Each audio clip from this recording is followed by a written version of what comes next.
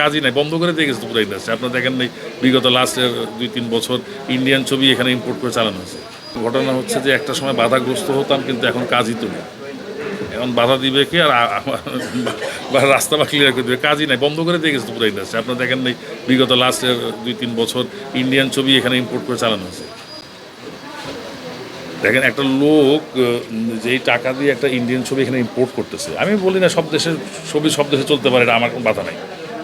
Indian ছবি আমাদের চলবে, পাশাপাশি আমার ছবিটাও তো ওখানে চলতে হবে। আমার ডিমান্ড হচ্ছে এটা, আপনার বিদেশ থেকে ছবি আনেন, ঠিক আছে, আনা হচ্ছে, ইংরেজি ছবি আনা হচ্ছে, কোরিয়ান ছবি আনা হচ্ছে, টার্কিশ ফিল্ম এনে টেলিভিশন ডাব করে চালানো হচ্ছে।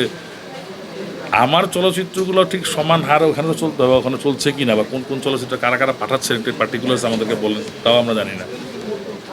এর ফলে দেখেন, জিনিস বলি, একটা ছবি বাইরে থেকে আমদানি করতে গেলে আপনি যদি ইন্ডিয়ান বা সাউথ ইন্ডিয়ান একটা নিউ রিলিজ মুভি বাংলাদেশে আমদানি করেন, যে টাকাটা আপনার লগ্নি করতে হবে সেই ছবির জন্য, সেই টাকা দিয়ে বাংলাদেশে একটা খুব ভালো মানের ছবি তৈরি করা যায়। তো যেই ব্যক্তিটি ওইটা আমদানি করতেছেন, রিস্ক নিয়ে বাংলাদেশে চলবে কি চলবে না, তিনি রিস্ক নিয়ে কেন বাংলাদেশের চলচ্চিত্রে বাংলাদেশের শিল্পী কলাকুশলীরা বাংলাদেশে ছবি বানাচ্ছেন। আমাদের প্রশ্নগুলো হচ্ছে এইখানে, এটা আমরা বিরোধিতা করি এবং আমরা চাই যে আগামী দিনে, যে বিগত দিনে যা ঘটে গেছে, আগামী দিনে চলচ্চিত্রের উন্নয়নের জন্য, চলচ্চিত্রকে সামনের দিকে আগিয়ে নেবার জন্য যত ভালো কাজগুলো করা দরকার, সবাইকে ঐক্যবদ্ধভাবে সেই কাজগুলো করি। এই সমালোচনা, কাদা ছোড়াছুরি, একে অন্যের গীবত করা, এগুলো তো হরের ভাষা হচ্ছেই, এবং এগুলো হওয়ার ফলে আমরা আজকে কোথায় এসে দাঁড়িয়েছি সেটাকে বিবেচনা করতে হবে। চলচ্চিত্রে শুটিং হচ্ছে না, মিছিল মিটিং হচ্ছে, ওই কী নির্বাচন হচ্ছে, সবই হচ্ছে, খালি হয় না কি চলচ্চিত্র নির্মাণ। আজব ব্যাপার, এফডিসিতে সব কর্মকাণ্ড চলতেছে, কিন্তু চলচ্চিত্র নির্মাণ হচ্ছে না, যেটার জন্য এফডিসি তৈরি করা হয়েছে সেই কাজটাই প্রধানত হচ্ছে না, এবং সেটা সুন্দরভাবে যাতে হয় বা জোরালোভাবে যাতে হয় সেই ব্যাপারে কারো কোনো জোরালো বক্তব্য নাই। তো আসলে আমাদের যে মেইন কাজ সেটা হচ্ছে চলচ্চিত্র নির্মাণ, বা আমার কাজ হলো চলচ্চিত্র অভিনয় করা, সেইগুলো যাতে ব্যাপক হারে করতে পারি। আগের হয়তো আমরা সোনালী দিনে চলচ্চিত্রের কথা বলি যে আমরা ভবিষ্যতে চাই সোনালী দিন ফিরে আসুক, কিন্তু গ্লোবাল সিচুয়েশনের কারণে, এবং আপনারা জানেন যে মডার্ন টেকনোলজিগুলো আসার কারণে হল বিমুখ হয়ে গেছে মানুষজন। বেশিরভাগ মানুষই এখন তার ওই যে ঘরে টেলিভিশনে ইউটিউবে দেখে, বা ওই যে নেটফ্লিক্স অ্যামাজনে দেখে,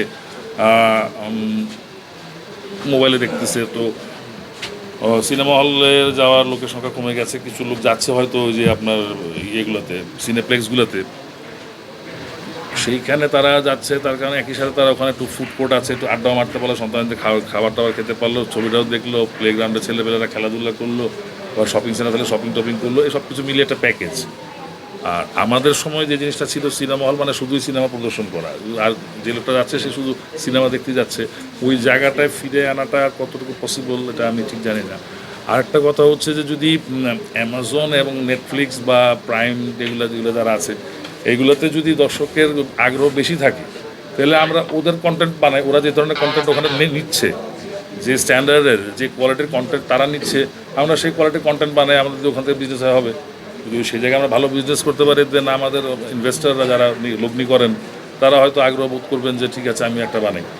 অ্যাকচুয়ালি কি বিজনেসের সেক্টরটা, আগে যে সিস্টেম ছিল হলে ছবি গেলে তার একটা পার্সেন্টেজ পেত প্রয়োজন, এখন ওই সিস্টেমে যদি বিজনেস করতে যায় খুব টাফ, মানে সিচুয়েশন এরকম নাই। আমাকে ওই যে ডিজিটাল প্ল্যাটফর্ম এগুলাতেই আমাকে মানে বেশি নজর দিতে হবে, সেখান থেকে বিজনেস বাইর করার চেষ্টা করতে হবে। এটা আমার ধারণা, বাকিদের বড় বড় যারা আছেন তার ধারণা তো অন্য।